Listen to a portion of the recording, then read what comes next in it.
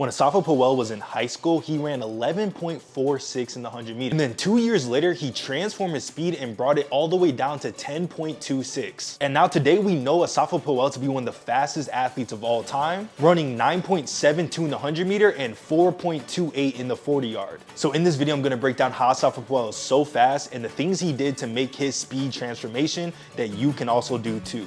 My name is Justin Martin. I'm a high-level strength and conditioning coach who helps athletes transform their speed and explosiveness. Asafa Powell's speed transformation can be broken down in a few key factors. Let's break them down in simple terms. The first thing Asafa Powell did was bounce off the ground like it was a trampoline. When Asafa Powell is running, he lands under his hips and keeps his ankles stiff. This helps you use your Achilles tendon like a rubber band, helping you spring off the ground so your movements can be more elastic and explosive. If you don't do this correctly, you will spend more time on the ground and utilize more muscular force and more energy. And even though a lot of sprinters are very strong and muscular, they still use more elastic power versus muscular strength. Our example, Asafa Powell spends a short amount of time on the ground, usually around 0.1 to 0.2 seconds, even sometimes as low as 0.08 seconds. And when he does this, he's using something called the fast stretch shortening cycle, which is just a fancy term for how you store and release elastic energy in the Achilles tendon and in all the tendons around your lower limb complex. The more you can treat the ground like a trampoline versus treating it like it's sand, the faster you will run. And here are some exercises to help train this ability. The first one's gonna be low-level extensive skips. If you don't have space to do these type of skips, or you're just going low intensity cyclical motion for 3 to 5 minutes straight. Next one's gonna be a little more intensive, so you don't have to start with this. You can start with the skips or the jump rope, but this one's gonna be reactive pogo, so sub-maximal or max intent pogos where you're trying to get up as high as possible, but treat the floor like it's lava and just bounce up. Just bounce up. Floor is lava and you're trying to get up and high at the same time. The second thing is Asafa Powell is very strong in the right types of lifts. We see a lot of videos of Asafa Powell doing squats in a quarter squat position and a half squat position, and even velocity-based trap bar lifts where he's going to half squat position and trying to thrust as fast as possible to improve his vertical force. This is important because when you sprint and jump, you're actually producing angles in a quarter squat and a half squat position, so overloading those angles with 10 to 20% above your 1 rep max full range of motion lift is going to help you improve force production when you actually go onto the track. Here are some video examples of how to do quarter squat and half squat and some strength standards for you to hit. That way you can actually be strong enough in these lifts to be fast on the track.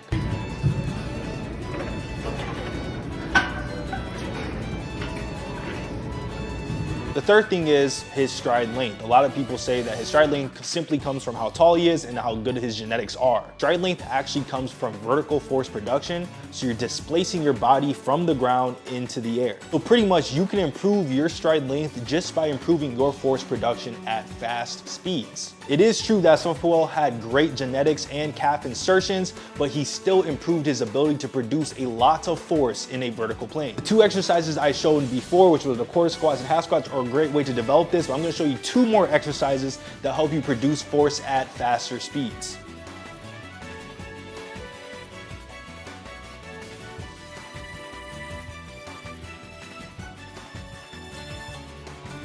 If you made it this far in the video, hop on the Speed Academy. The Speed Academy is a 12-month membership. If you want to transform your speed and not get left behind everyone else, hop on the Speed Academy. It'll be either in the tags or in the description. All these athletic traits matter a lot, but if you aren't hitting the right angles when you sprint, then you're going to move nowhere. Asafa Powell is known to probably have the best sprint mechanics of all time, right beside people like Justin Gatlin and Usain Bolt. I'm going to give you a quick checklist breakdown of each phase of his sprinting. You can see what parts of your mechanics you can improve and add to your sprint. The first thing we're gonna see here is Asafa Powell have his chin tucked in and driving his arms back, and then he's pushing under his center of mass. So obviously this isn't a 3-point start or a block start, but you can still see, fundamental acceleration mechanics with just this. All he's doing is pushing down and back. You see long pushes. He's not trying to be quick and choppy.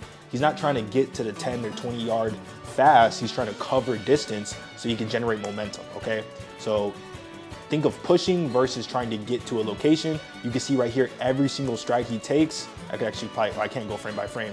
Every single stride he takes is big pushes, almost full extension, just a slight knee bend. You don't want full extension because you might displace your body a little bit too far. And then he has his chin tucked in so it's neutral, and then driving his arms back as hard as possible. These are basic things you can do with simple drills or just getting used to it over time. You don't have to go over technical with all the sprinting mechanics. Then as he's transitioning into his upright velocity phase, it's just basic fundamentals. He's landing under his center of mass every time. His center of mass is his hips right here. He has a slight dorsal lean. You actually want the chest or the heart of your body to be slightly above your hips. So it might create a little bit of a anterior pelvic tilt, but that's actually very optimal for producing force. Too many people are always just like, run as tall as possible, and then they go here and they're running like this, and you're actually producing force in a negative distance, right? You're producing force the opposite direction, which is gonna decelerate your body.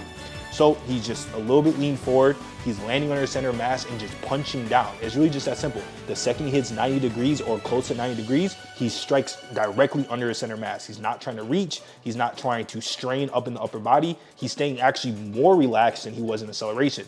In acceleration, you're gonna use a little more muscular force. You're gonna be pushing, kind of gritting, kind of grinding a little bit. But the second you start building momentum, it's about maintaining the momentum. So you actually wanna relax and just kind of right here, just real smooth and be as natural as possible. As long as you're maintaining these foundational positions, landing under center of mass, chest slightly above your hips, landing under your hips, and keeping your neck neutral and relaxed, you're probably gonna run pretty freaking fast. And especially with the big arm swing, driving arms back and forward is going to be optimal for sprinting. And then just like we said, at the end of the race, a lot of people are like, how do you run faster? You want to relax more. The more you relax, you already have the momentum built up, relax more and you will continue to go faster or maintain your speed, or in my opinion, decelerate less.